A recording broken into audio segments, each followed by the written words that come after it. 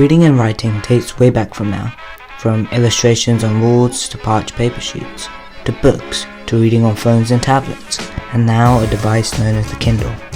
To bridge the gap, to be a hybrid between actual books and smart devices like your phone. Hi guys, Nal here, and today we're looking at the latest Kindle by Amazon. The packaging is really nice for the Kindle and has a nice premium look about it. If you want to know more about e-ink technology, check out my really short video explaining it as best as I can. The Kindle is made out of black plastic, making it quite light to hold. It has a Kindle logo embossed into the back of the device. In the bottom of the device, it has the one button on the Kindle, used to power on and off. There is also a micro USB port, located next to the button. The display is underneath the sides of the device, which is probably one of the reasons it isn't waterproof, so don't use it near water. If you want a waterproof device, you might want to check out Kindle Paperwhite. The Kindle's battery life isn't what it advertises to be, but not bad either. It depends on how you use the device. For Kindle, it only uses battery life when changing state, like for example switching the page or using the backlight.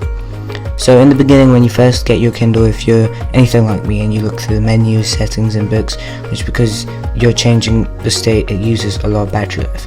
If you're just using the Kindle to read, the battery lasts a lot longer because you're only changing state after you finish the page of a book. The battery life also depends on how much time you're using the backlight and what brightness you're using it at. I personally don't use the backlight too much, and when I do, I only use it maximum to 3 brightness. So overall, how has the battery life been for me?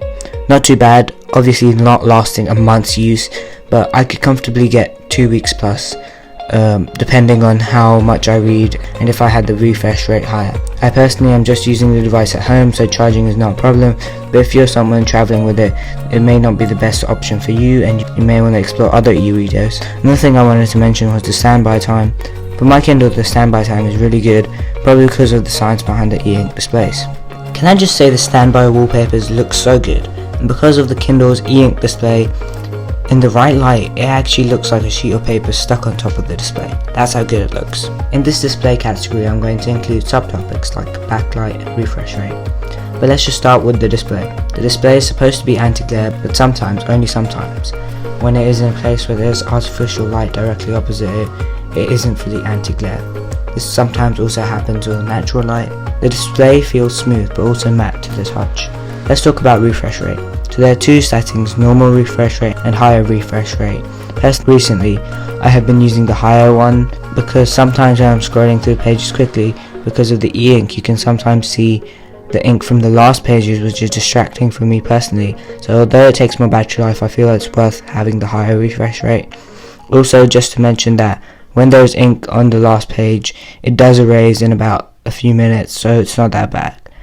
The backlight on the Kindle gets really bright, but at night I only use it at 1 brightness, so it is easier to read. It has about 20 or so brightness settings. Other than the fact it uses battery quicker, the really annoying thing is that the backlight is blue, which is just okay.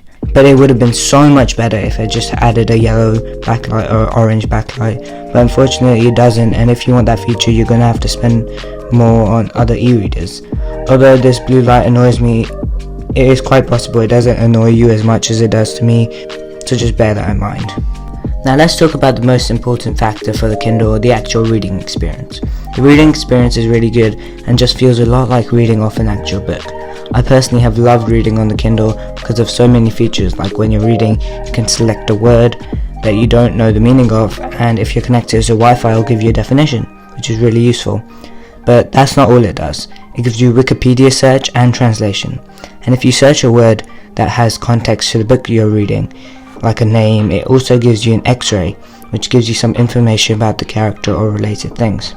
Another thing you can do is highlight sections that you want to, like important info or something. Okay, moving on to page settings. So if you click the AA in the top left, you can actually see all your display settings. In theme settings, you can change how narrow or wide you want the text to come on your page. In font, you can change your font. I think this will be a very useful feature as it makes it easier for everyone to read. It also has a dyslexic font which could be useful for many people. In font, you can also change boldness of text and also text size. In layout, you have some layout options, but one thing that does annoy me is that you have to go all the way to layout, which could take a while. Then you get to change your page orientation, and even then you can't choose which side it goes to. Because I'm right-handed, I wanted to hold the bigger bezeled side to have more grip with my right hand when reading in landscape orientation, but in the larger scheme of things, it's not such a big problem. Then you get to a section which you can change how you want your reading progress to come, and also a few other settings. Another thing you can do to change your reading progress is tap either one of the two progress settings, then go through which ones you want. To sum up, reading experience is really good and I personally love it. So for the Kindle, I purchased a case to protect the Kindle. My specific one also puts the Kindle on standby mode when closed. Now, what is the reason to buy a Kindle in the first place? There could be so many reasons, but first I'm going to tell you the reasons I bought one. Reason 1 was time off the screen. It is literally what it sounds like and requires no explanation. Reason 2, you might be like, I can just read books online with my phone or tablet. And I'm not trying to persuade you, but my response to that would be, phones and tablets have screens that strain your eyes, and the Kindle doesn't because it isn't the same type of display, so it doesn't strain your eyes. That was a big reason for me to get the Kindle. Reason 3, it just feels like reading an actual book more than tablets and phones, and in my opinion that is a positive. Okay, those are just 2-3 big reasons for me, but there might be other reasons for you, like you travel a lot and you want something just for reading with a decent battery life, or you want online books. Touching on the point of online books, the Kindle store basically has most books, but if it doesn't, you could always upload a PDF of a book to it. Obviously the experience of reading a PDF won't be the best, but it is livable. I personally read Show Your Work by Austin Kleon on a PDF file on the Kindle, and it wasn't that bad, except for the fact there are no page numbers. So personally I'm loving reading on the Kindle. My exact one is no ad Wi-Fi version. It has been a good experience and I've read many books on it, including Make Time by Jake Knapp and John Zaretzi, which is a very good book that discusses tactics to make more time for the meaningful things in life, which varies for people. For some people it may be making more time for a passion project, and for some it may be spending more quality time with family. Another book I really enjoyed on the Kindle was Murder on the Orient Express by Agatha Christie, which is an amazing read and definitely recommend giving it a read. So, is the Kindle for you? That's for you to decide. Do I recommend it personally? Yes. Leave any questions you have about the Kindle in the comment section and I will try my best to answer them. Thank you for watching. Bye.